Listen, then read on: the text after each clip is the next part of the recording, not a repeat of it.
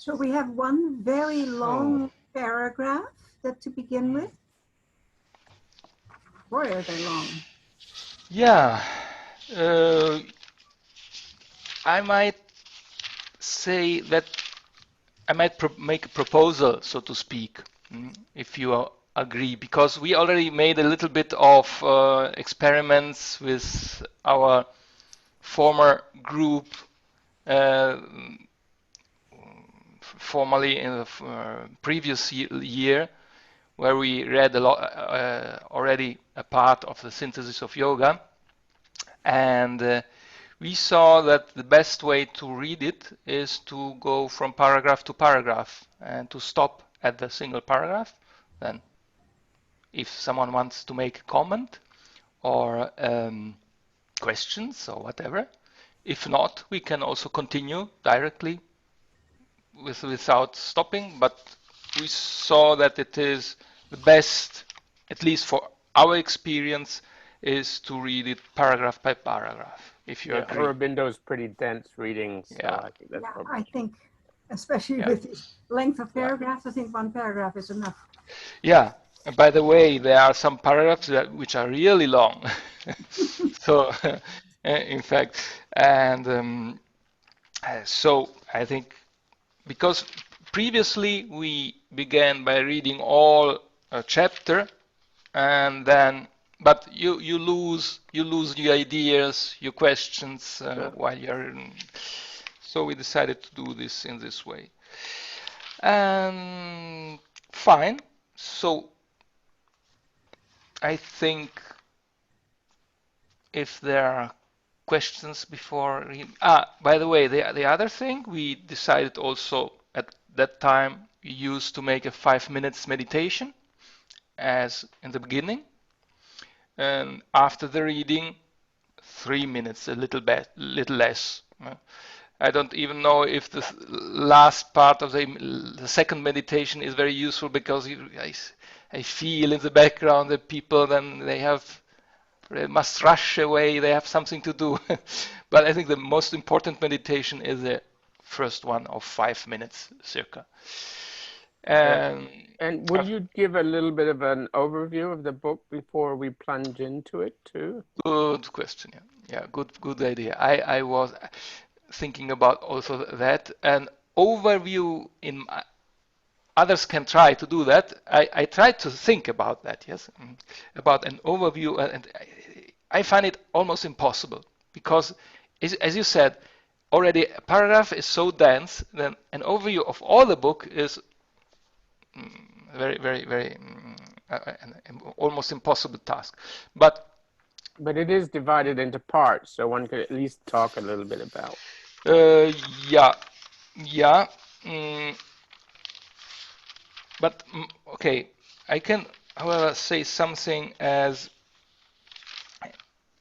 my idea was first to characterize the spirit of the book as such, uh, which because people, when the people read synthesis of yoga, I notice that many think that they think at summary of all the known old and new yogas, and that Sri Aurobindo made a sort of summary of it and put them together piece by piece.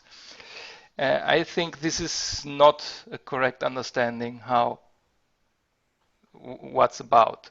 And then also the last time we already discussed about the fact that yoga in the Western world is perceived as something as a Mm. hatha yoga, mostly hatha yoga, and this is, I think, not what we are talking here.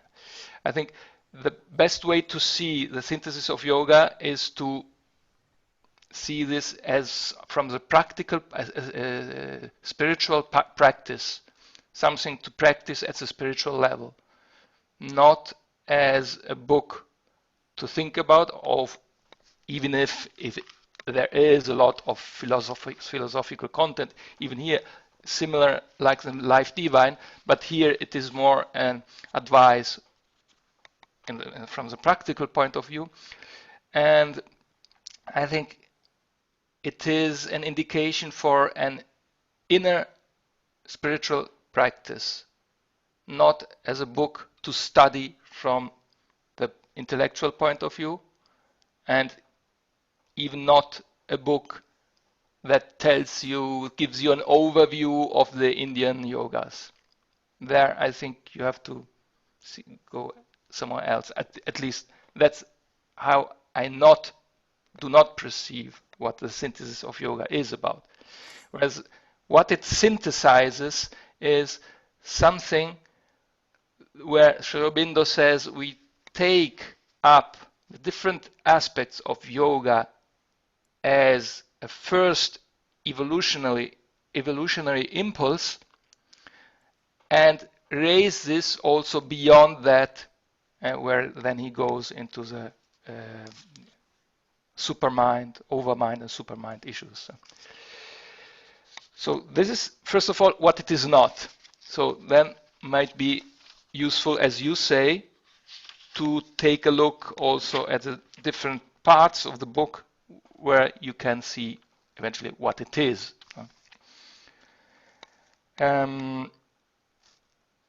Okay, I can give a very, I think the titles already tell something. Yeah? After the introduction, the yoga of divine works is that what normally people call karma yoga, but also that I think from a very Aurobindonian point of view, but it can be seen as guide for doing karma yoga, because Sri Aurobindo was also a very active person. You already saw probably in the Life Divine how he emphasizes the fact that he doesn't see yoga and spiritual practices as something to go into some heaven, spiritual heaven, but he sees this as a method to transform the world here in the physical domain. And therefore the divine works mean working, so you don't close yourself in some cave on the top of the Himalaya, but he gives instructions how we can live our contact with the divine in our daily practices, works, or whatever. The second part is the yoga of integral knowledge, and here it is more about raising also our state of consciousness beyond the mind. It is a very blunt summary, but it's just with my point of view, by the way. But here he explains how we can rise beyond mind, because for Sri Aurobindo there is a psychic evolution, a psychic spiritual growth, and spiritual growth, which is not exactly the same, even though all in all it's obviously all is spiritual. But one thing is the opening of the heart, and one thing is opening the chakras beyond the Ajna chakra, going beyond the mind. And that's, I think, it's he prepares the ground to do that, and then reconnects to this when he goes to the supermind and overmind. Then part 3 is the yoga of divine love, which is normally called Bhakti Yoga, the love for the divine, where he gives instructions how to also develop what I said, the heart center, something that comes from the heart, not just from the mind or from the spiritual domains which are higher at the mind. The yoga of self-perfections. Here I think there are more elements put together, where he speaks, for example, one of the most fundamental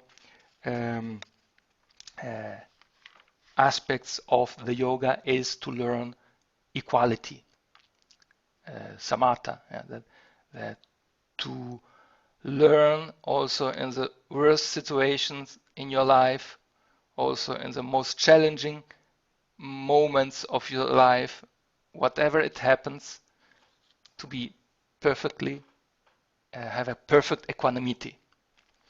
Yeah, and that's, I think, we know well, especially in our times, how difficult this can be. And but this is only one aspect. If you see, it's there are different things, and then at the end, more towards the end, he goes towards the nature of supermind. He describes the different gradations how to reach the supermind, which is the last, the highest spiritual realization, which I think for most of us is still a little bit far away. But he describes it, and he tells, I think also it is also important, the message, independently from what we have already realized or not, but the message is that the human race is going towards this ultimate goal, or maybe not ultimate, but towards this futuristic future goal, which rises the consciousness of the human being from our ordinary consciousness to a higher level and will transform the species in, I don't know, one, in hundreds of years or whatever. But he gives it, in a certain sense, it is an instruction how to transcend ourselves and accelerate evolution from our inner spiritual point. Then there is also all the physical evolution, of course, but this goes into the yoga of the cells, and that is beyond, I think, this book here. Well, maybe. Thank you. That was very helpful, Marco. Yeah. For an overview. At least it situates where we're going to go with this. Yeah. Thank you very much. Yeah, if Matteo or Andrea, if I suppose, and you have already gone through once the synthesis of yoga, if you want to add something to this, or otherwise we can just jump in. No. Okay. I think I just want. Go ahead, Andrea. No, I just said I'm ready to jump in. What were you going to say, Matteo? All I want to say is that Jeffrey came up with the word practicum for the group, and that came out of a conversation with Marco, Jeffrey, and myself. I think that the intention is to see if we can focus on what lines to practice integral yoga, and especially in the paragraphs where Sri Aurobindo is comparing all these different things and then starts talking about the integral yogin and the integral yogin. Maybe we can slow down at those places and focus on how to. So that's all. I like the intention of practice in this. Yeah, very much. So we should probably begin with our meditation. I didn't mean to sidetrack the process with my questions, but it would be nice to start with meditation. No, that's Can we first right question, was it? Sorry. Can we first have clarity on who reads and for how long that person reads? No, as I said, we read paragraph by paragraph, and everyone reads one paragraph. Okay. If someone has a longer paragraph, he will or she will read longer. If he has a shorter one, I always hope to get the shorter one because. So usually, when we read together in the other group, we get an order, who begins and who comes then, and then, because we all have a different order of ourselves on the screen. Okay. So like who would like to start and who will do the next one and the next one. if you digest my English, I have no problem to go also for the longer first paragraph, and Well, then we have just been listening to you for quite a while. I would really okay, like another. I would really like yeah, another okay, person to read the sure. first part. I'd be happy to But start if you want. I just. Go for it. Go for it. okay. And who would then, or just somebody step in when I get? Oh, because then we'll stop anyway, right, to discuss it. So yeah. So let's do the meditation. Do somebody has the bells? I don't have Yes. bells, so. I have a beautiful bowl. Can I ring my bowl? You can. Hang on. Ah, okay. If you have, wait.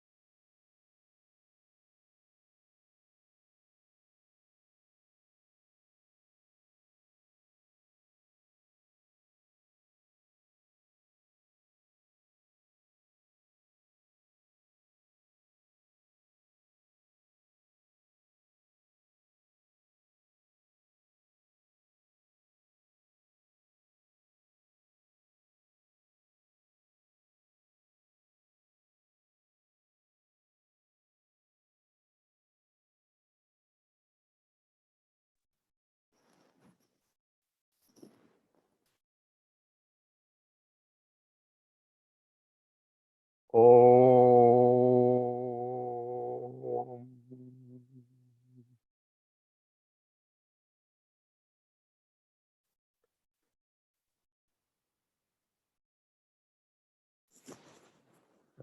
So introduction, the conditions of the synthesis.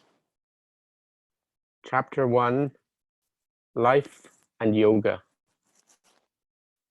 There are two necessities of nature's workings, which seem always to intervene in the greater forms of human activity. Whether these belong to our ordinary fields of movement or seek those exceptional spheres and fulfillments which appear to us high and divine. Every such form tends towards a harmonized complexity and totality, which again breaks apart into various channels of special effort and tendency, only to unite once more in a larger and more puissant synthesis. Secondly, development into forms is an imperative rule of effective manifestation. Yet all truth and practice too strictly formulate. Yet all truth and practice too strictly formulated becomes old and loses much, if not all, of its virtue. It must be constantly renovated by fresh streams of the spirit, revivifying the dead or dying vehicle and changing it, if it is to acquire a new life. To be perpetually reborn is the condition of a material immortality. We are in an age full of the throes of travail, when all forms of thought and activity that have in themselves any strong power of utility or any secret virtue of persistence are being subjected to a supreme test and given their opportunity of rebirth. The world today presents the aspect of a huge cauldron of Medea, in which all things are being cast, shredded into pieces, experimented on, combined, and recombined, either to perish and provide the scattered material of new forms, or to emerge rejuvenated and changed for a fresh term of existence. Indian yoga, in its essence, a special action or formulation of certain great powers of nature, itself specialized, divided, and variously formulated, is potentially one of those dynamic elements of the future life of humanity. The child of immemorial ages, preserved by its vitality and truth into our modern times, it is now emerging from the secret schools and ascetic retreats in which it has taken refuge, and is seeking its place in the future sum of living human powers and utilities. But it has first to rediscover itself, bring to the surface the profoundest reason of its being in that general truth and that unceasing aim of nature which it represents, and find by virtue of this new self-knowledge and self-appreciation its own recovered and larger synthesis. Reorganizing itself, it will enter more easily and powerful into the reorganized life of the race, which its processes claim to lead within into the most secret penetralia and upward to the highest altitudes of existence and personality.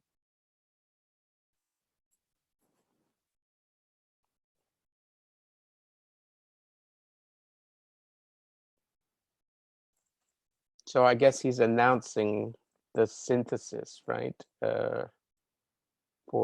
It's a kind of setting the stage, I guess.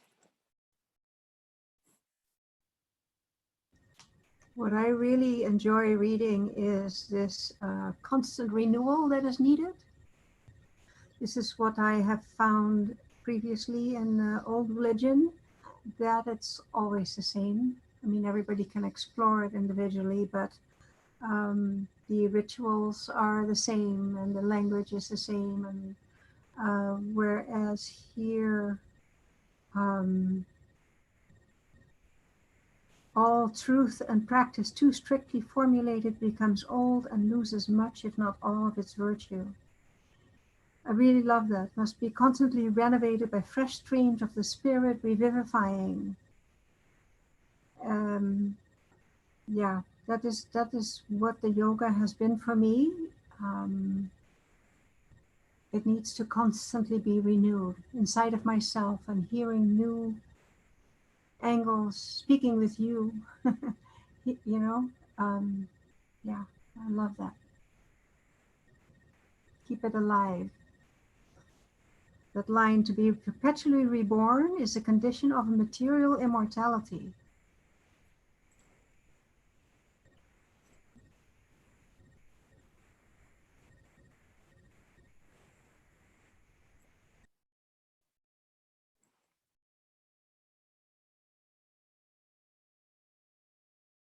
I would like to continue. If somebody else wants to comment. I can't hear you very well. No? Can you hear me better now? Yes, thank you.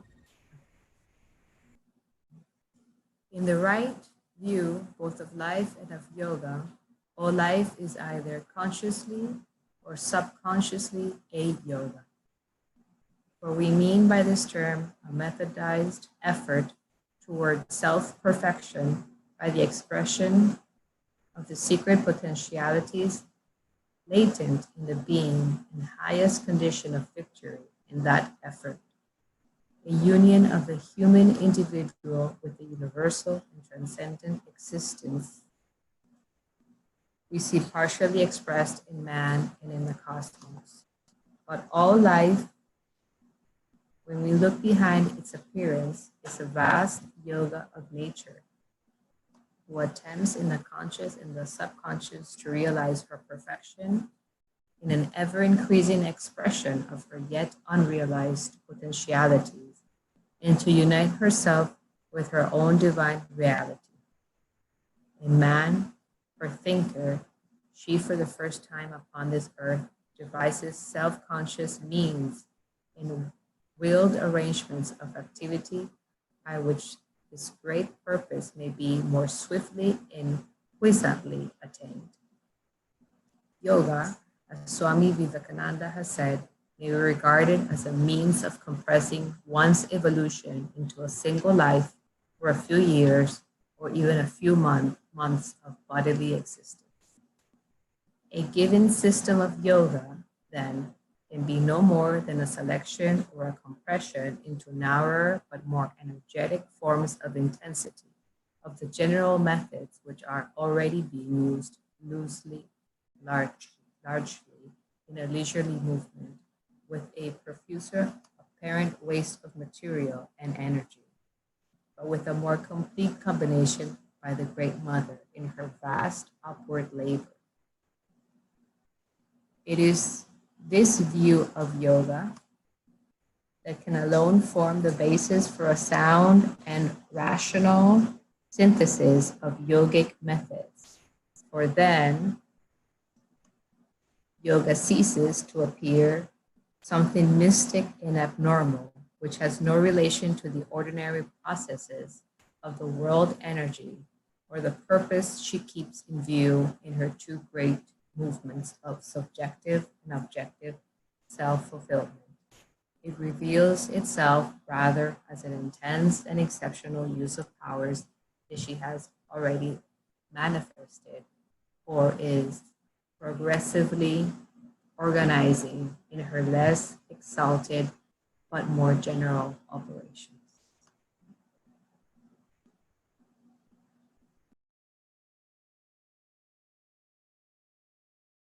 So she is yoga? Is that when he uses the pronoun she? She is the great mother in her vast upward labor. Okay. Right.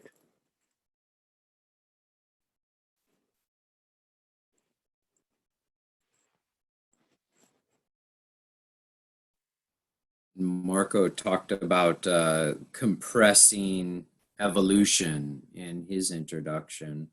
Sri Aurobindo then quotes Vivekananda in this paragraph, and it ties into the first paragraph, these qualities of life forming a harmonized complexity that then break down to reform more complexity. That's the pattern. He's looking at these long stretches and patterns. And coming back to that question, how do we practice this? I think actually just simply thinking on this, thinking about these long patterns outside ourselves, being part of these long patterns, but these long patterns, our lives are just like a little bubble in these long patterns. And I think part of this work is actually to recondition ourselves into that totality of being an individual within this vast cosmos that also has something transcendent and outside of it that is also within it, is what Sri Aurobindo, I think, is pushing us toward time and time again. The beginning of the second paragraph is that fusion of the individual with the universal and the transcendent, a union of the human individual with the universal and transcendent existence we see partially expressed in man and in the cosmos. And then he brings us the special thing about humans in this evolution is we seem to be the maybe not the first, I don't really know, but we evolved the capacity to co-create with the transcendent, to collaborate with the divine mother. It appears that other animals don't have this ability to consciously speed up evolution. So that's there's kind of all of this. There's a lot in this, and I'm trying to unpack it and bring it back to practice at the same time. I don't know how easy that is to do.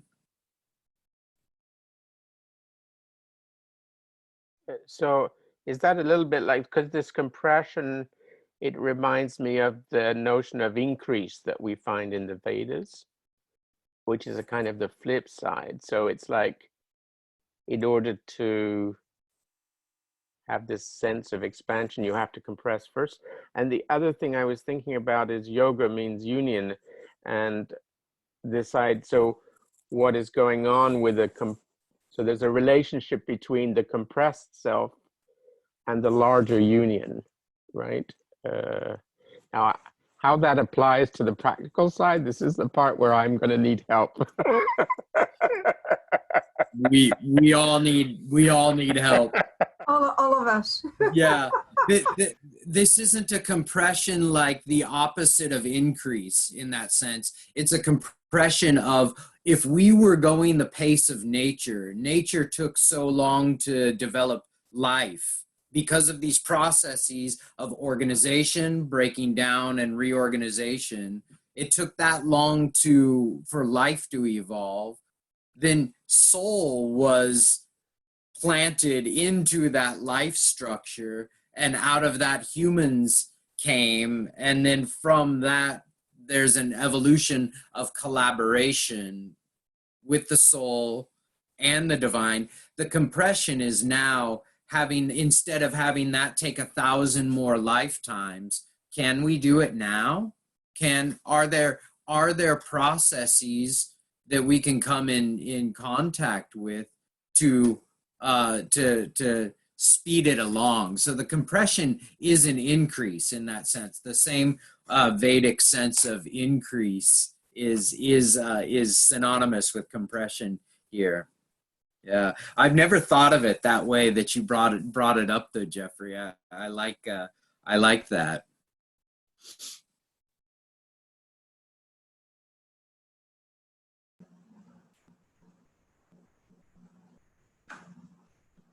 I want to share that Kabbalah talks a lot about, mentions a lot about being able to accelerate processes, and I feel that it goes in the same line, right? That evolution of consciousness, blessings in our life, if you want to take it on an individual level, doesn't necessarily have to take so long, and that we, through actions, prayers, our consciousness, we are able to accelerate processes.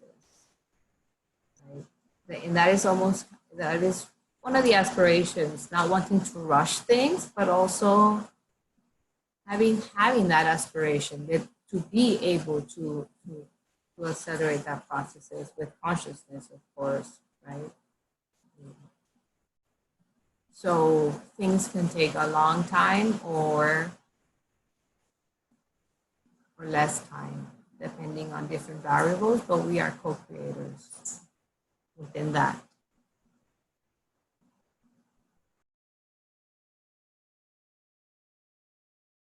Makes me think of how strongly and continuously I am willing and able to focus on the aspiration. And I'm reminded of Mother once saying that she had not imagine this, she had not wasted a single minute of her life. Just imagine that. I think that's why when Sri Aurobindo saw her, he said, because she is, the work will be done. Because she had that level of surrender and of aspiration. We can only tip on.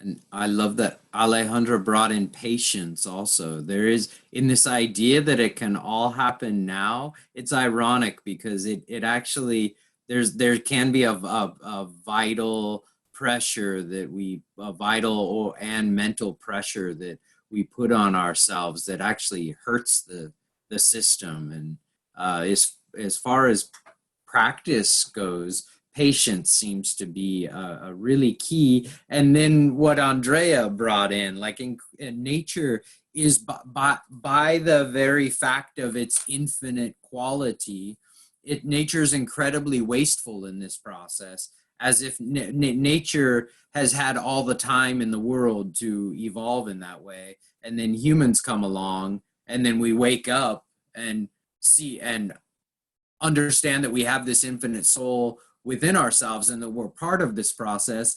And then our vitality infuses this, has a real tendency to infuse an impatience and a hurry now. And I see it in my own impatience with civilization and with this spreading gap among us on Earth today. We see this massive gap in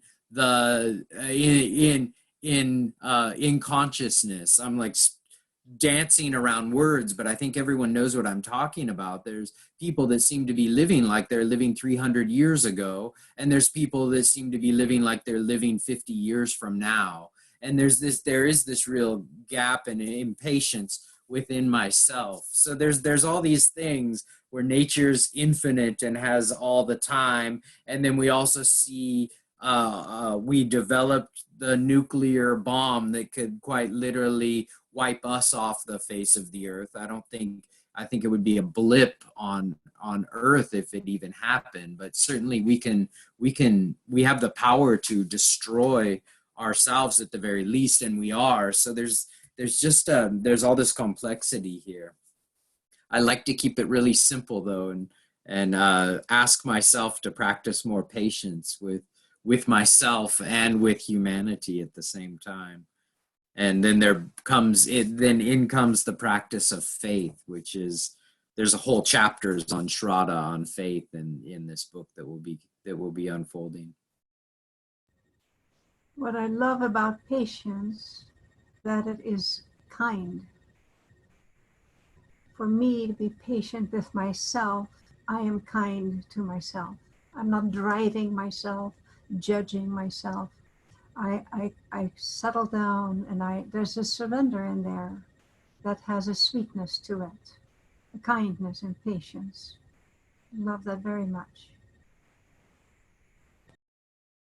So I was looking at this, the great mother in her vast upward labor, and thinking about there's a preparation, right? So these things don't materialize already done. There's this enormous layer of preparation that, and Aurobindo is talking about this.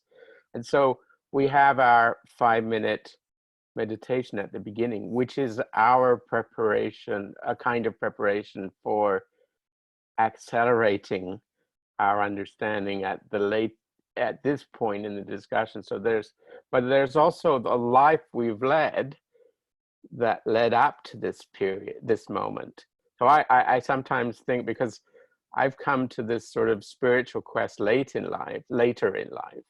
I didn't have it as much as a young man, but doesn't mean to say I don't think that what happened in my life younger wasn't itself a kind of preparation for being able to do this now.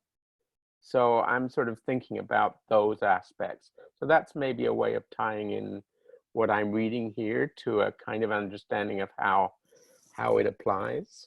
Anyway, attempt to do so.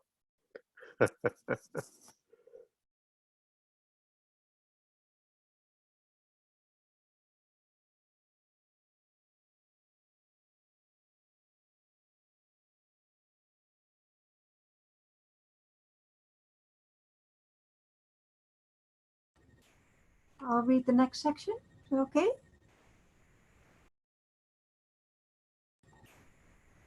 Yogic methods have something of the same relation to the customary psychological workings of man as has the scientific handling of the natural force of electricity or of steam to the normal operations of steam and of electricity.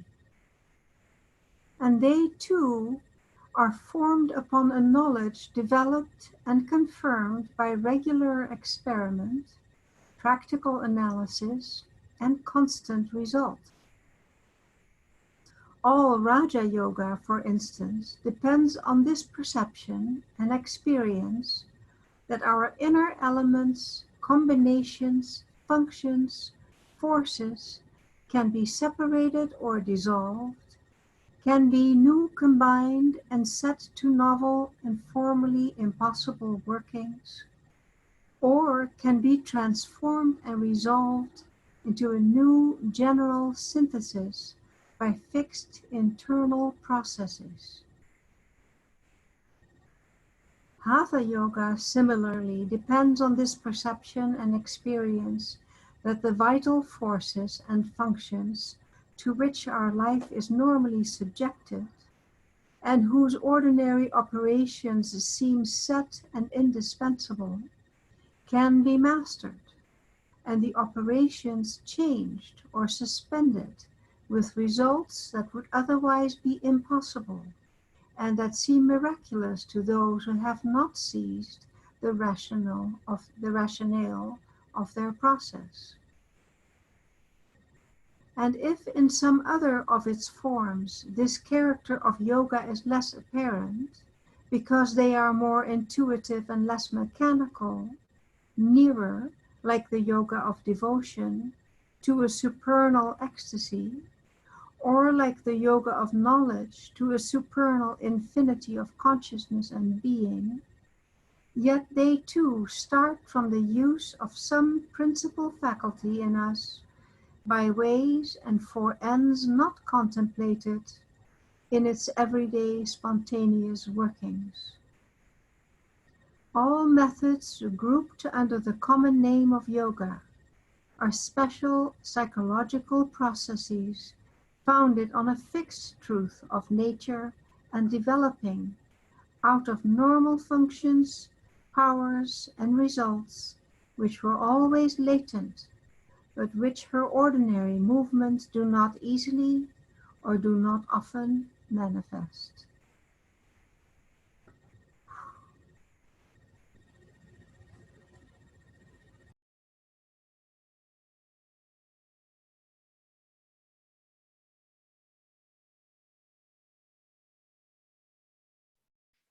So how many different kinds of yoga are there? I'm a bit, I don't really know. I'm wondering how many different yogis are there. But he talks about the yoga of devotion and the yoga of knowledge. So there are two. How many are there? You know. Yeah. I mean, just broad lines, just super broad lines. This book is probably and going back to what Marco said, it's not an attempt to explain all of these yogas. What Sri Aurobindo is doing here is finding the inner significance and meaning of each of the broad forms of yoga, forming them into a synthesis, and then directing us toward a much quicker connection to the goal of all of them, which is very similar. It's realization of the divine in ourselves, in the cosmos, and outside, which is also in. So that being an evolution being the goal. So just really broad lines. He gets into Raja Yoga, which is based on the Yoga Sutras of Patanjali. Hatha Yoga, which is a bodily yoga based on asanas and pranayama. And then the Yoga of Works, which primarily comes from the Bhagavad Gita, renunciation of actions based on desire, and renunciation, non-attachment to the fruits of our actions. That's the really nutshell of what karma yoga is. Jnana yoga, the yoga of knowledge, this always gets misinterpreted, even in integral yoga circles. I hear people calling people that like to read books jnana yogis. This is yoga of knowledge, is not book learning. Yoga of knowledge is knowledge of unity, oneness, and not just mental knowledge of unity, oneness, but all the way up, all the way down, like really understanding on a real level that everything is connected. That's the yoga of knowledge. Then the yoga of love. Marco talked about Bhakti Yoga. It's a real heart and devotion. So works, love, knowledge. And then there's Tantra that comes in also. Tantra, all of the yogas that have been mentioned so far are Vedic yogas, starting from the inner core and going out from there. Tantra starts from Shakti and comes inward. And oftentimes integral yoga gets called a double tantric yoga, in that it's working with both motions, inward and outward. Does that about cover it? I think so. Thank you. That was very useful. Thank you. It is useful. I am not super knowledgeable on this either. I've probably heard like all those words mentioned before, but I don't have it like super structured in my mind. So this is good, I think, for everybody to kind of revisit those spaces or that type of awareness of what we're studying. And as I stopped and you two talked, I'm like, there is more complexity that comes in. There's Vedantic yoga, which is, there's non-dualism, there's qualified monism, and then dualism, and Vedic yoga is all a part of this. So I would say that's probably the broad lines right there. Yeah. And then it's up to everyone to find out what their swabhava and swadharma are, essential within their swarupa, which is like essential form of being, essential self of being, and our essential reason for manifesting and being here. And that's why no one can tell anyone what yoga is. because everyone has their own different purpose for manifestation and different self and different work in the world.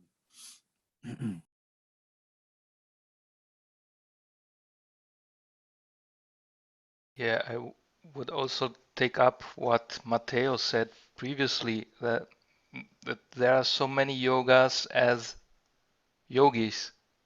I would even perhaps say so many yogas as human beings, because now he will say it at the end. Well, okay, I don't say it because I don't want to ruin the surprise. But yoga is not an invention of the human being. Yoga is something that comes from the processes of nature.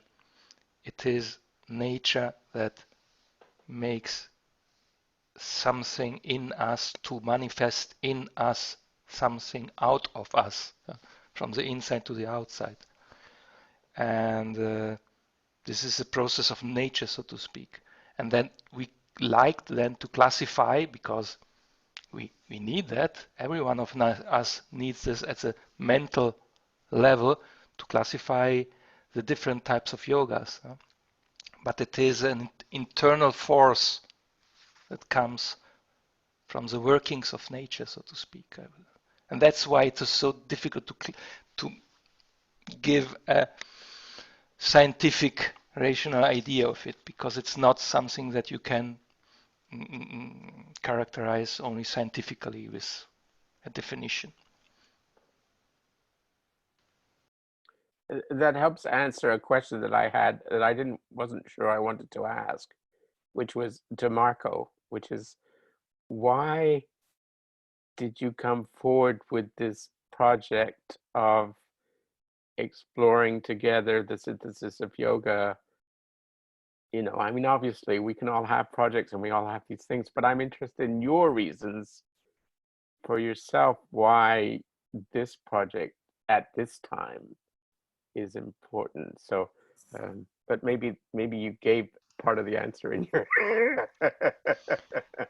Well, no. Well, first of all, this is not only my project. Also, Matteo participated, and it's already something that grew out of our close circle that we nurtured in 2019. Well, for me personally, because I feel the urge to do something also at the practical level, because I think it's already, everyone has already noticed probably that I'm a very philosophically minded man who likes to categorize everything very rationally. The mind is too active. So I felt the urge to go into something more practice and to focus my inner being, so to speak, on this. But I could also ask the same questions to every one of you. Why did you participate? And why not the life divine? The life divine is also very interesting, but my personal opinion is that it engages too much the mind, even though it is something that it is a revelation. Here as I would like to go. And the other thing that I appreciate a lot also recently is letters on yoga. If you have time and the way to do that, read this in parallel with the synthesis of yoga, because the synthesis of yoga is still a relatively philosophical language. In the letters of yoga, he comes down to earth and he speaks to his disciples in the ashram, and where it is much more colloquial, and he explains a lot of things that here maybe not so. And letters on yoga are the practice as it is. So that's what motivated me.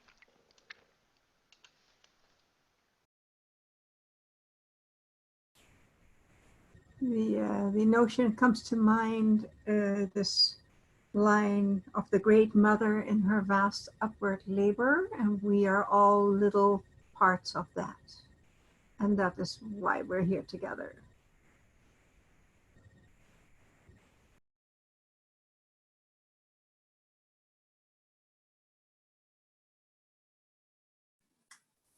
Since we're answering the question, why, it's a personal question. I like it, Jeffrey, and we all have different takes on it. I like gathering with groups like this because there's a transmittance in the sharing.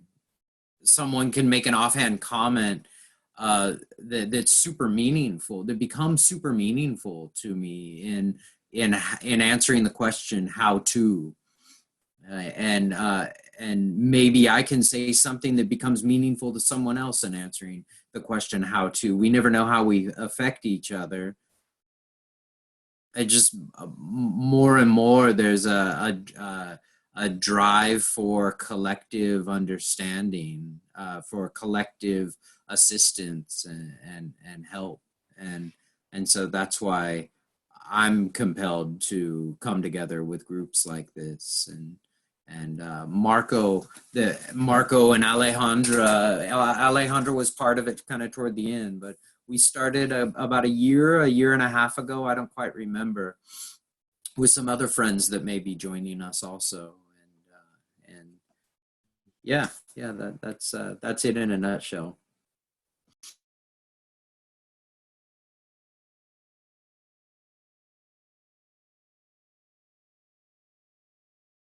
Who wants to read the last paragraph?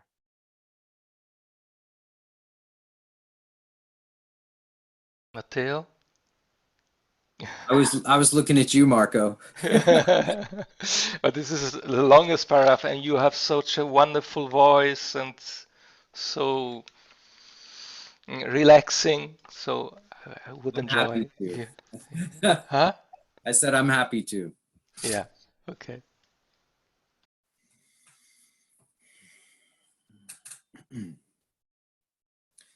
But as in the physical knowledge, the multiplication of scientific processes has its disadvantages, as that tends, for instance, to develop a victorious artificiality which overwhelms our natural human life under a load of machinery, and to purchase certain forms of freedom and mastery at the price of an increased servitude.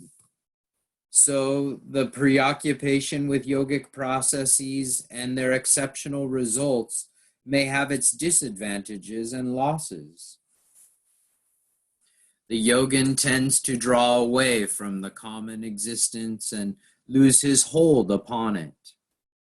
He tends to purchase wealth of spirit by an impoverishment of his human activities, the inner freedom by an outer death. If he gains God, he loses life. Or if he turns his efforts outwards to conquer life, he is in danger of losing God. Therefore, we see in India that a sharp incompatibility has been created between life in the world and spiritual growth and perfection. And although the tradition and ideal of a victorious harmony between the inner attraction and the outer demand remains, it is little or else very imperfectly exemplified. In fact, when a man turns his vision and energy inward and enters on the path of yoga, he is popularly supposed to be lost inevitably to the great stream of our collective existence and the secular efforts of humanity. So strongly has that idea prevailed, so much has it been emphasized by prevalent philosophies and religions, that to escape from life is now commonly considered as not only the necessary condition, but the general object of yoga.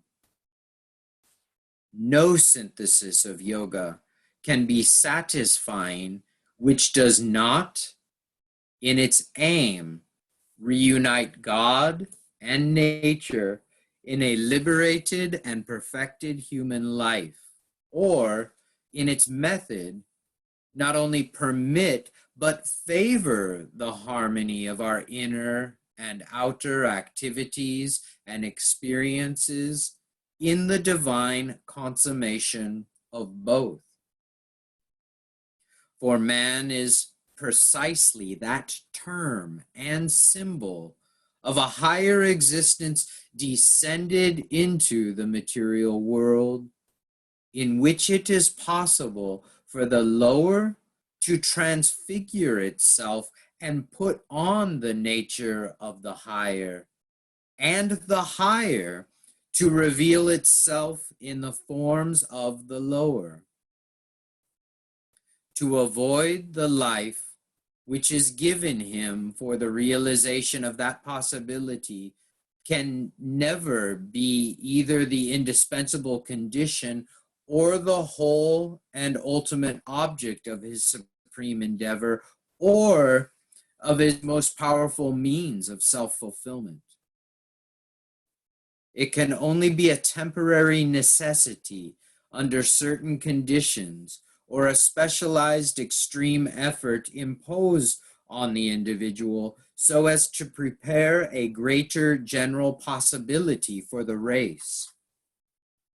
The true and full object and utility of yoga can only be accomplished when the conscious yoga in man becomes, like the subconscious yoga in nature, outwardly conterminous with life itself, and we can, once more, looking out both on the path and the achievement, say in a more perfect and luminous sense, all life is yoga.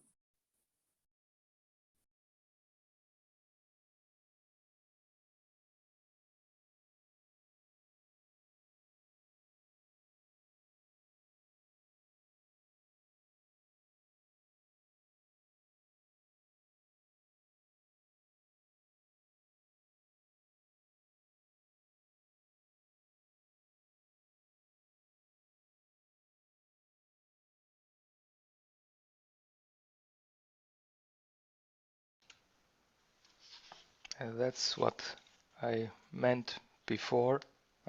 All life is yoga. We should. How I understand this is everything that happens in our life is a yogic exercise, so to speak. Only that we don't know it. The yogi or yogini is different. Is something different than than those who do not practice yoga, only in the sense that they do their yoga consciously. That's how I like this passage a lot, because it tells us what our life is. All our life is about that. This is a yoga of nature, which is practiced individually, but it is all life is yoga. And when I able to remind this also in the most difficult moments, life gains a meaning, a purpose. It has a sense. When something happens that I don't know why is it now happening, it seems just happening by chance. But after maybe a long time, and I look back in hindsight, I see it makes part of a design. It was useful for my advancement and my transformation, my growth, inner growth at least. No? So I like this passage, this paragraph a lot, because it synthesizes the, well, we can also say the so-called occult nature of yoga. That's how I see it. So I was thinking about what you said a few minutes ago. I'm a kind of a slow guy, and it takes me a while for things to filter down and get assimilated. So I usually come back on comments like 10 or 15 minutes later before, or hours or weeks later. So what you said was that, and it's related to this discussion, that well, what I understood from what you said was this idea that if we understand something as an individual, if we really get it, and maybe it's these truths, if we get these truths, maybe these truths have a kind of a influential role that's slightly larger than other truths. So that if you get these truths, even though you're an individual sitting in your life, especially right now we're all stuck at home doing this, it doesn't mean that the revelations and their impacts are confined to yourself as an individual. They spill out in all sorts of different ways into the people around us, into the larger culture, into the fact that we share things is part of that. I think there's a sense where it happens whether we consciously share or not. There is a kind of, I don't think things are confined to our individuals the way we tend to think of them. And so there's this kind of spilling over. And I think this is, I mean, he's talking about something a little bit different, but I think it's related. Anyway, that's what I got out from what you said, Matthew.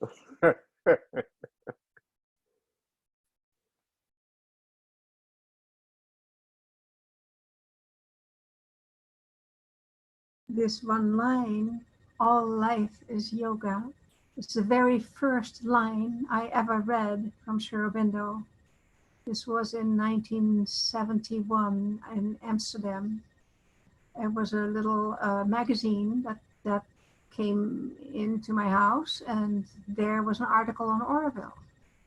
And Sri Aurobindo was quoted, all life is yoga. And it blew open my perception, my universe. I didn't know what it meant, but I knew it was all inclusive, and that's what I wanted. And within a year, I was in India. So this particular, this line is so powerful, and it includes everything. It's like, yeah, that's what I want. Yeah.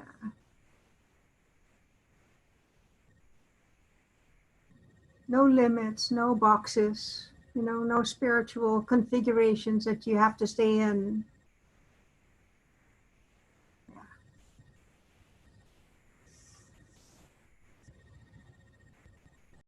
That reminds me of what you quoted, Andrea, from the first paragraph. It's so essential about it. We need fresh infusion. Whatever it doesn't have fresh infusions of the spirit is in the process of dying. I see that in relationships, in business organizations, in everything. If it's not receiving fresh infusions of the spirit, it's in the process of decay, which is okay. It's actually part of all of these organizations. Some are meant to go into decay and to decline. It's all part of it.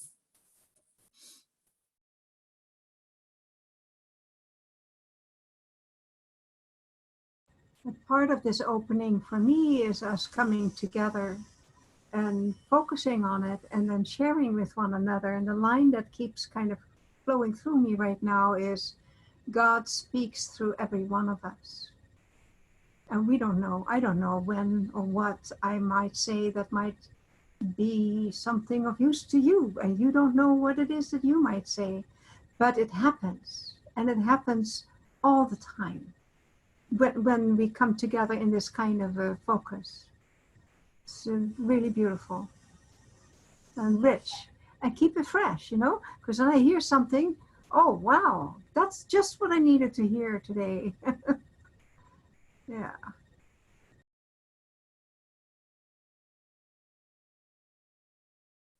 And riffing back on what Jeffrey just said, that light can't be contained. It's not like it comes through each and every one of us in ways that we will never even see and know how it affects. But our minds aren't contained either.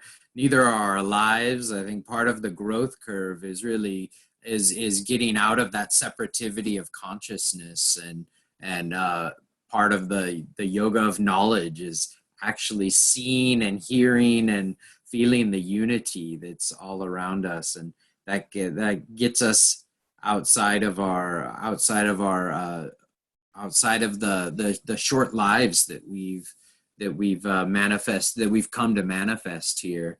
There's really long arcs that we're a part of, and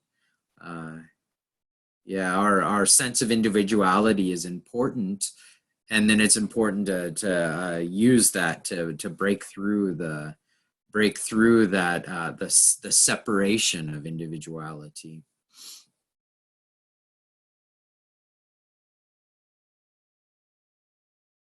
I want to say thank you for, like, to make a pause and be thankful for all of your feedback, because I enjoy these groups very much. And it is true.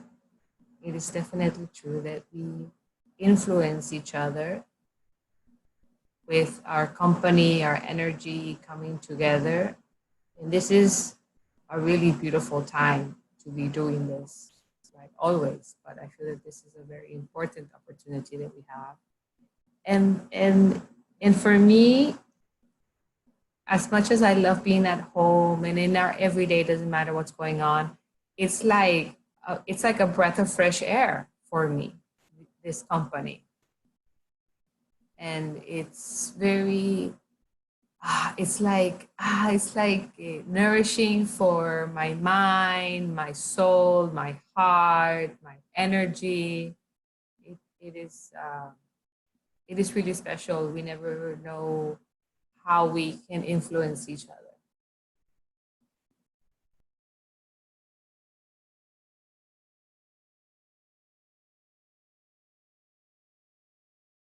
Yeah, I can only agree with that, Alejandra.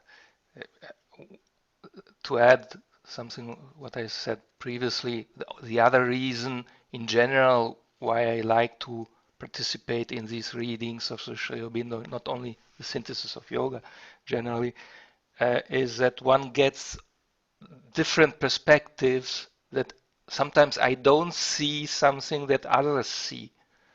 And this is very enriching, because sometimes I read something and I see something which is not necessarily wrong or right, but someone sees it from another perspective and say, yeah, it's much better. He got or she got the point much better than I did.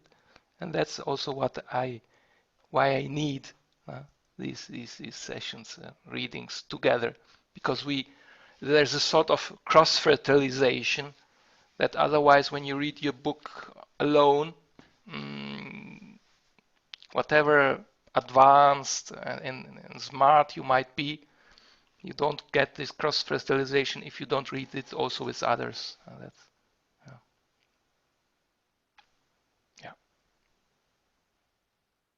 Oh, Go ahead. oh, it's just saying being together brings the heart into it. I was going to say, Alejandra, I think you're right. This particular time is a special time. The whole planet is sitting at home contemplating. Some of them are contemplating their navels, but and we're all doing that to some extent. They must be lovely navels. But I think we're all, there's a special thing, there's something special going on about this time. I've noticed it in my online encounters with people are different than they used to be.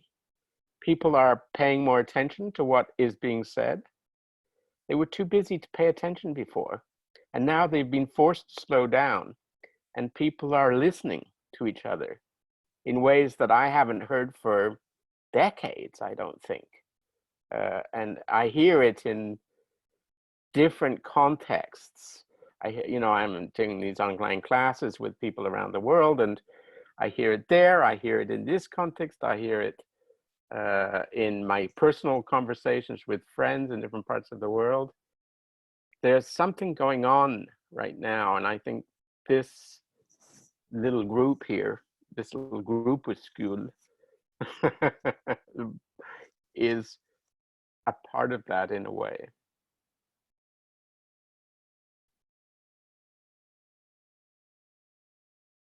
I need to run to the bathroom, so I'll be right.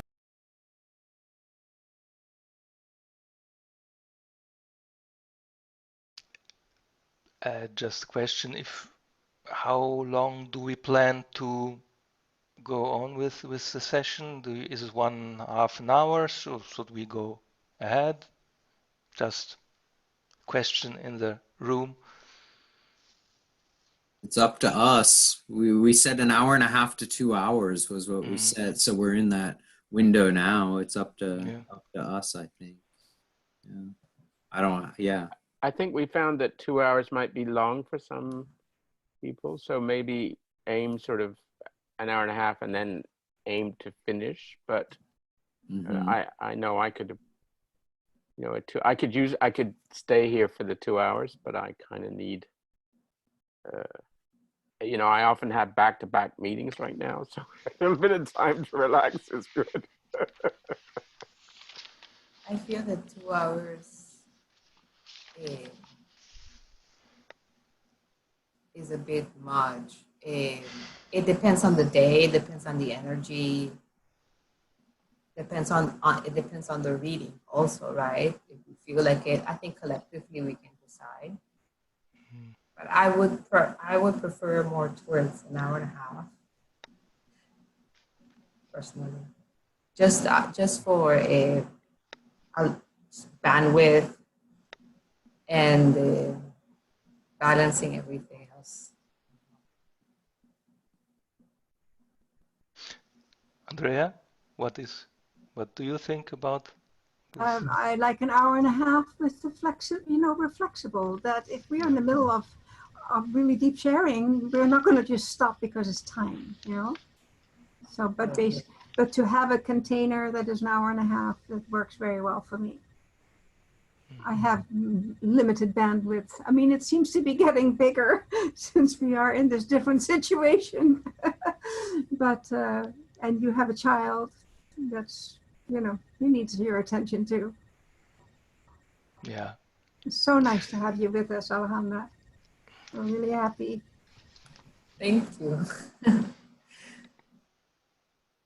Shall we do a meditation to close? And it was a good session for an introduction, so I think it's maybe time to finish up and leave the time flexibility for another time. Sounds good. Shall I ring the bell one more time? Yeah. I love the intention of ending with a meditation is all I want to say. It seems important to encase the vessel to close it. Yeah. Would you give us a bell at the end as well, Andreas? I don't know, 4 minutes or something. And at the end of what, 3 minutes, I think you said. 3 minutes, sure. I will. Sure. I will.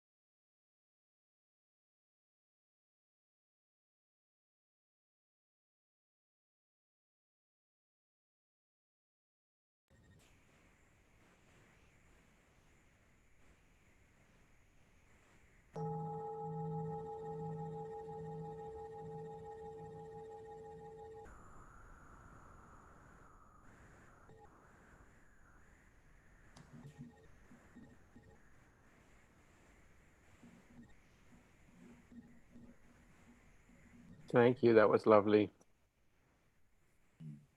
Really, yeah. I think this was a good beginning. Thank you. Thank you.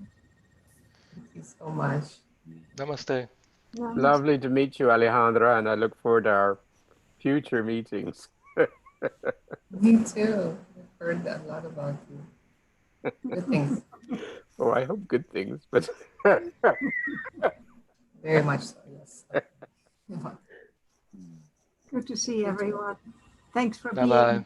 Bye bye. Thank you. Bye bye.